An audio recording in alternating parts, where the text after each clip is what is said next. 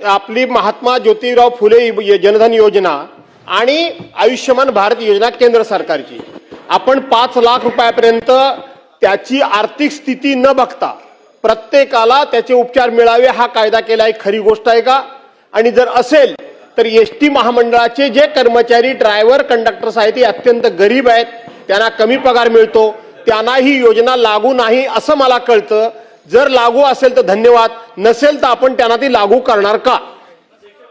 सन्माननीय अध्यक्ष महोदय, सन्माननीय सदस्य भास्कररावजी जाधव साहेबांनी जो प्रश्न विचारला, मी मुद्दाम सगळ्या सभागृहाला सांगू इच्छितो, राज्यातल्या पांढरं रेशन कार्ड असणाऱ्या त्या सगळ्या लोकांसाठी सुद्धा ही योजना आहे।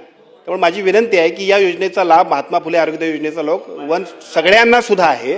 त्यामुळे एसटीचा ड्रायव्हर कंडक्टर असेल, इतर सगळे लोक असतील, या सगळ्यांना सुद्धा ही योजना असल्यामुळे या योजनेचा लाभ सगळ्यांनी घ्यावा अशा पद्धतीचा प्रयत्न आपण करूया। रणधीर सावरकर।